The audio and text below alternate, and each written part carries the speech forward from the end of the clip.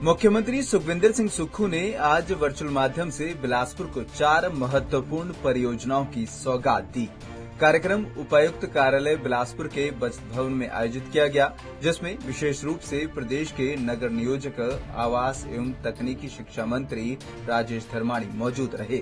वहीं कार्यक्रम के दौरान पूर्व मंत्री रामलाल ठाकुर, पूर्व विधायक बंबर ठाकुर व तिलकराज सहित उपायुक्त आबिद हुसैन सादिक और अन्य प्रशासनिक अधिकारी व कांग्रेस के पदाधिकारी मौजूद रहे। इस दौरान मुख्यमंत्री ने वर्चुअली कोल डैम में वाटर स्पोर्ट्स गतिविधियों का शुभारंभ किया। इसके अलावा हिमाचल प्रदेश के पहले ग्रीन उपायुक्त कार्यालय का लोकार्पण किया। वहीं 4 करोड़ 50 लाख रुपए की लागत से तैयार किए गए शहरी आजीविका केंद्र बिलासपुर के भवन का लोकार्पण व करीब 40 लाख रुपए की लागत से तैयार हुई 4 स्पेस लैब का उद्घाटन भी किया। अपने संबोधन में मुख्यमंत्री ने कहा कि कोल डैम में वाटर स्पोर्ट्स गतिविधियों का शुभारंभ करने से गोविंद सागर झील में जहां पर्यटन गतिविधियों का आरंभ होगा, तो वहीं साथ ही बिलासपुर जिला में जल क्रीड़ा एवं साहसिक पर्यटन को नई दिशा प्रदान होगी। प्रार्थना है कि हमें पर्यटन की दृष्टि से और आगे बढ़ना है।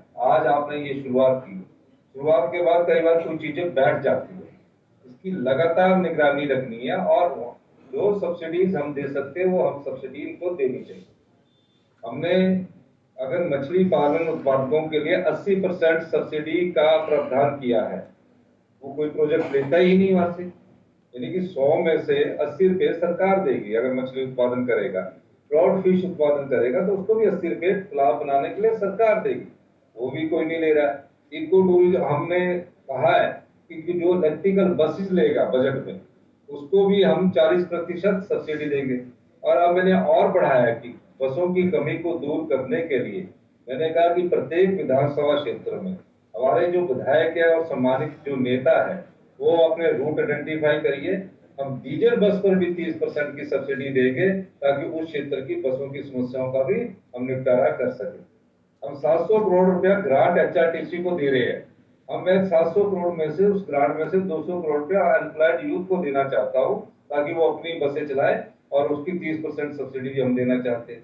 तो हिमाचल प्रदेश प्राकृतिक रूप से बहुत सुंदर प्रदेश है।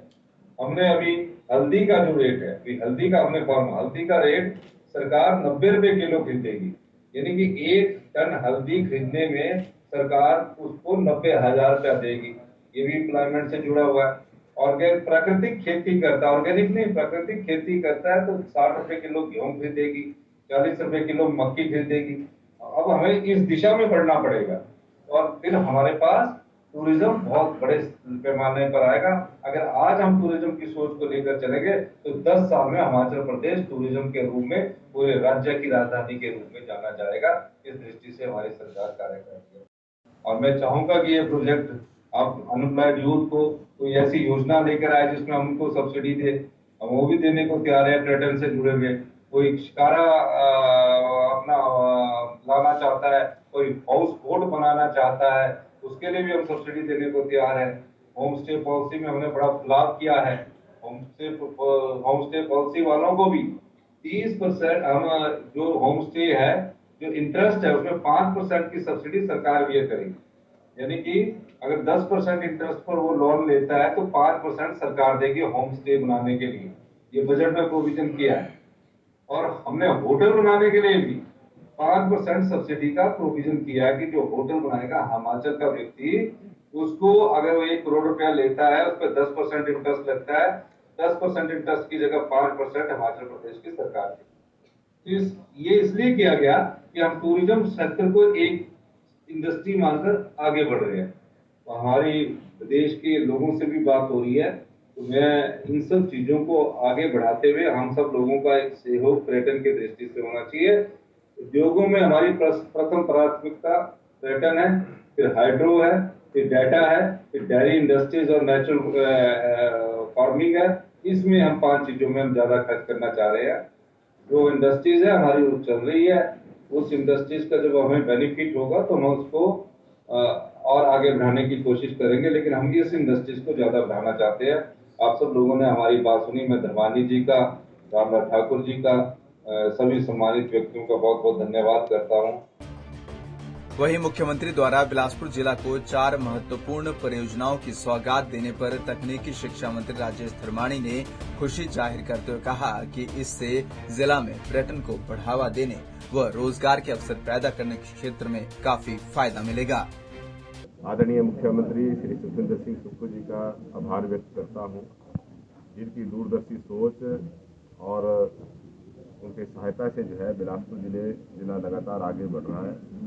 इससे पहले भी जब वो बिलासपुर आए तो यहाँ पे वाटर टूरिज्म से रिलेटेड एक्टिविटीज़ को जो है बढ़ावा देने के लिए इसकी शुरुआत की गई और एरो टूरिज्म की शुरुआत भी पिछले दिनों यहाँ पे की गई।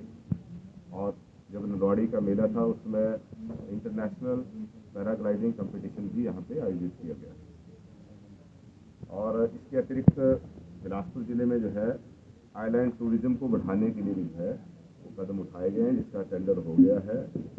और ये सब एक्टिविटीज जो हैं बिलासपुर जिले की एक हमारी पर्यटन, रोजगार और अन्य गतिविधियों को बढ़ाने के लिए जो है एक कमेटी बनाई है और उस कमेटी के माध्यम से जो है इसका आयोजन किया जा रहा है, जहां इससे हमारे राजस्व में भी बढ़ोतरी हुई है, क्योंकि उसका जीएसटी कलेक्शन भी बढ़ेगी और जो हमारा पर्यटन विभाग है उसकी भी आमदनी में इजाफा हुआ है।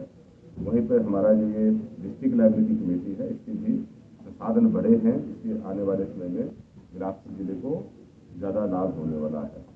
और इसके अतिरिक्त हमारे जो युवा साथी हैं उनको अच्छा प्रशिक्षण दे सकें, इसके लिए भी हिमाचल प्रदेश कौशल विकास निगम के तहत जो है यहाँ बिलासपुर जिले में एक तो सिटी लाइवलीहुड सेंटर बनाया गया जिससे 4.5 करोड़ रुपए की लागत आई है और दूसरा एक मॉडल कैरियर सेंटर बनाया गया है जिससे 2.5 करोड़ की लागत आई है। उन 2 भवनों का भी आदरणीय मुख्यमंत्री जी के कर कमलों द्वारा आज विधिवत उनका उद्घाटन हुआ।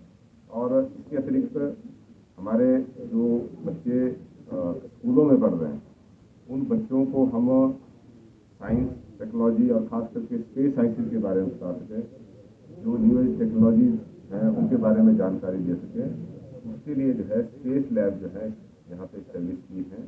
बिलासपुर जिले में पहला ऐसा कदम है जो उठाया गया है। इससे पहले यहाँ पर घुमारवीं और बिलासपुर में जो है स्पेस लैब HDFC और ICICI बैंक के योगदान से जो है वो स्थापित की गई है।